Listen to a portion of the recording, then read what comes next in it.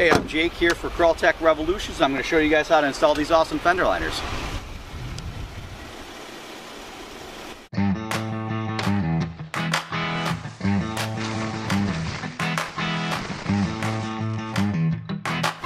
Here we are at Jay's Service Center where we're going to install the CrawlTek Revolution fender liners.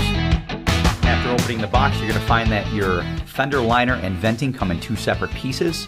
You're going to bolt them together using the provided hardware, using a little bit of blue Loctite on each bolt to ensure that it does not come apart.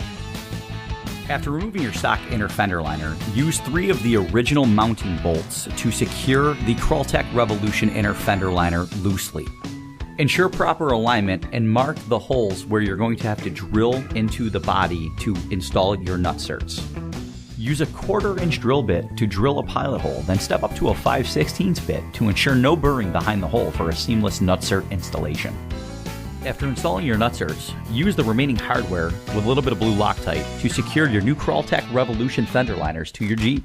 Now go out and enjoy these awesome fender liners.